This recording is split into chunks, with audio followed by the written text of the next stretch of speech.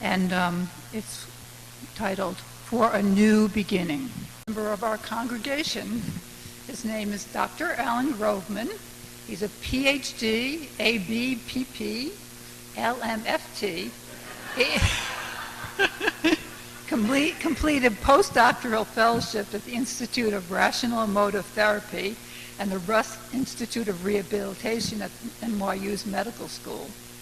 He served as president of the New Jersey Psychological Association and is the past chair of the New Jersey State Board of Psychological Examiners. Dr. Groveman is a board-certified couple and family psychologist by the American Board of Professional Psychology, and he is the immediate post-chair of the American Academy of Couple and Family Psychology. He's an affiliate faculty member at the Family Institute, Northwestern University. So we are very pleased to have Alan here today. But just as an aside, he also spent 6 years in high school because he had to repeat the 11th and 12th grades. So, take it from there.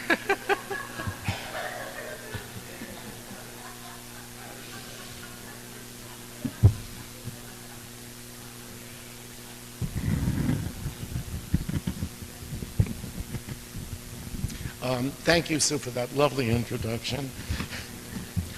I just want to repeat something my daughter just told me, Rebecca, about joys and concerns. She said she was going to come up here, and her joy is that her dad is giving this speech. And her concern is that her dad is giving the speech.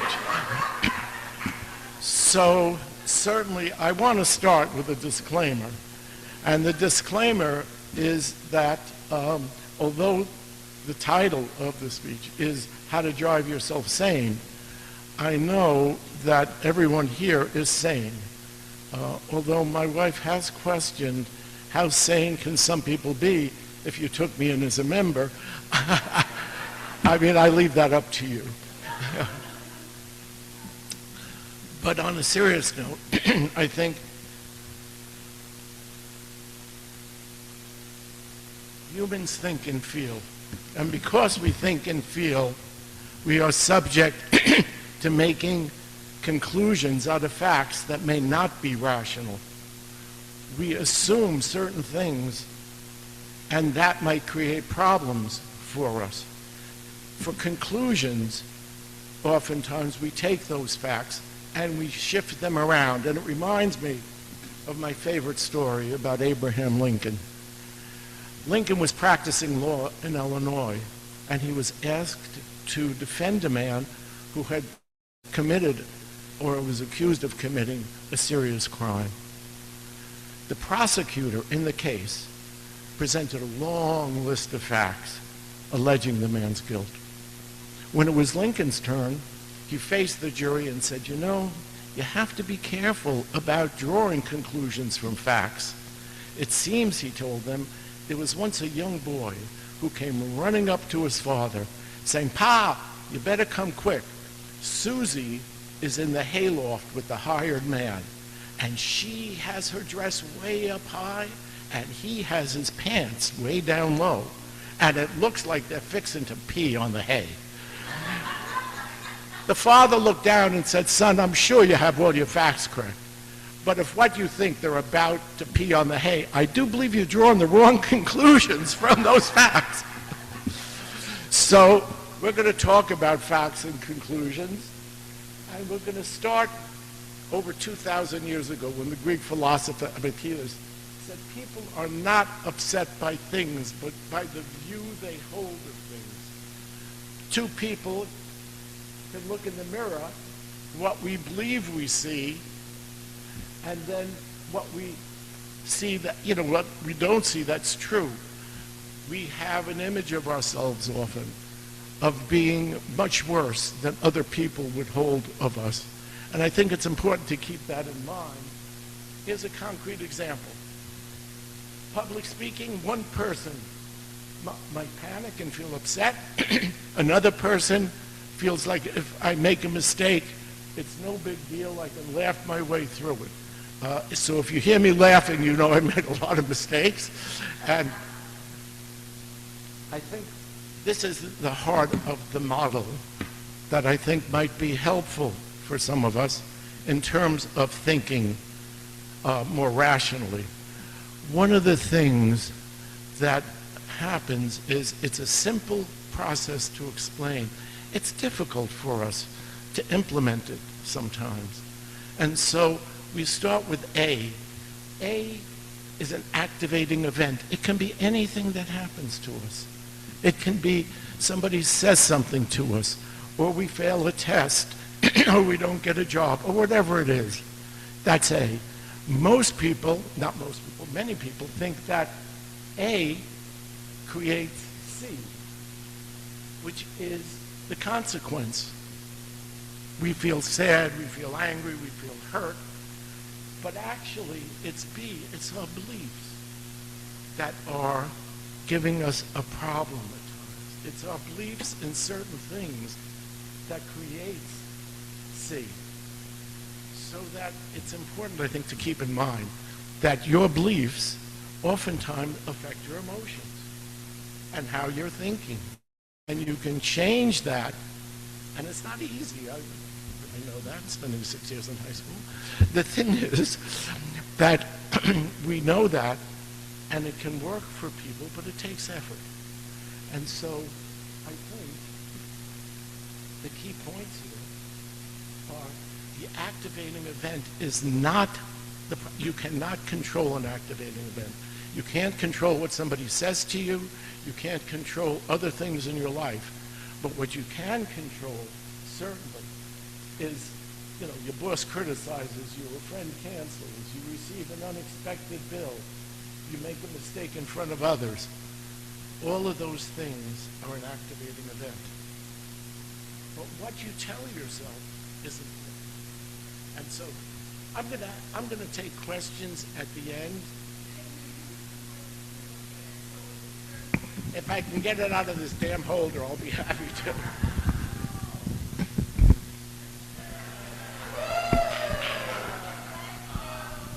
So now I'm laughing because it was a mistake. Anyway, I'm going to wander around now. Can you hear me okay? I know there are some people out there that say, no, I can't hear you, but please continue that. So I'm going to continue this. And that all of these things are rational beliefs that we can tell ourselves. Okay? Flexible preference, realistic expectations, I would prefer. They lead to healthy emotions. But at times, we have irrational beliefs. Rigid demands, catastrophizing, I must always, I should. And what I want to say to people, excuse me, no, it's okay. It's okay. If I'm acting in an irrational way now, it's Ron's fault. I just want to make that clear. Okay. So, the saying is, please don't should on yourself, because you are better than that. Okay. How you feel and behave is really your beliefs. And so, and consequences of that, your beliefs create the consequences. So you may have anxiety, panic. You may have depression, despair, explosive anger, avoidance and withdrawal. I think every human being has gone through some of this. We are all capable of irrational thinking. Okay? When my wife said yes to marrying me, that was a case of irrational thinking. So, you're agreeing. Thank you. But we have healthy thoughts that we can implement, and it takes effort. And some of those are concern, not anxiety, sadness, annoyance, constructive action. We can, because we have control of what we think, we can have control of the consequences in our emotions. And I think it's important to keep in mind that, although it may be difficult, as I said, we can all have the capacity to do that. So we go from A, B, C to D, which is disputation. You can dispute. Empirical disputing. Where's the evidence? that this is the case? Where is your evidence? If you were in a court of law, would the evidence you produce actually be accepted by the jury? Or are you arguing in an irrational way? I must always be perfect. Well, good luck. Or I must always get 100 on every test. Good luck. If you said 50, I'm right with you on that. But logical disputation, does this conclusion logically follow? Is it logical? And do you have an argument that helps you say it's logical or not? And then finally, pragmatic. Is this belief helping me? What are the practical consequences? If you're feeling angry, hurt, totally disappointed, you may ask yourself, am I thinking logically or irrationally in this case, so that I have a chance to change my thinking and therefore change the consequences? And E, of course, is an effective new belief. Okay? You can substitute before, I must be perfect or I'm worthless, anxiety, self-belief, oh, I'm such an idiot. Okay? Elizabeth, my wife, don't answer that question, please. Okay. Then, after, I prefer to do well, but mistakes are human. We are human, and humans make mistakes. And how do you tolerate that in yourself is critically important, because we're human. You can't always be perfect. So this is the complete ABCDE model, okay? When an activating event occurs, our beliefs B about it create emotional consequences. By actively disputing D, irrational beliefs, we arrive at a new, healthier effect E, both emotionally and behaviorally. So it looks like this. And for those people who panic, I think it is important to remember predicting the future doesn't work. About 90-95% of the things people predict do not happen. And so we're not very good at predicting the future, and it can be very upsetting. Or mind reading. And I tell people, look, if you're mind reading, let's go to Mexico, we'll make a lot of money, you know, but I don't think we're that good at it. If all else fails, I just want to end on this. Think of this story. There was once a young boy named Peter.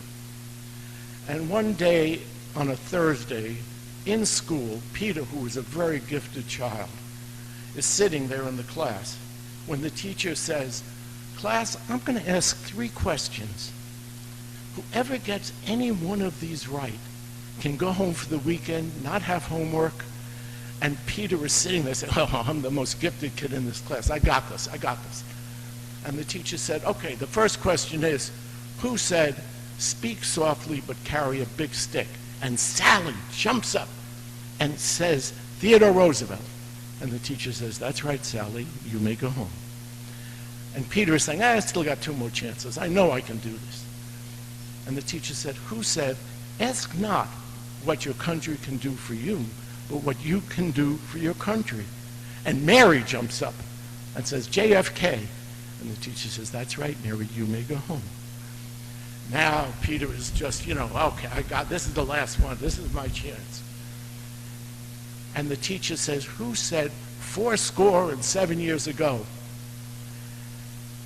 And Nicole jumps up and says, Abraham Lincoln. And the teacher says, that's right, Nicole, you may go home.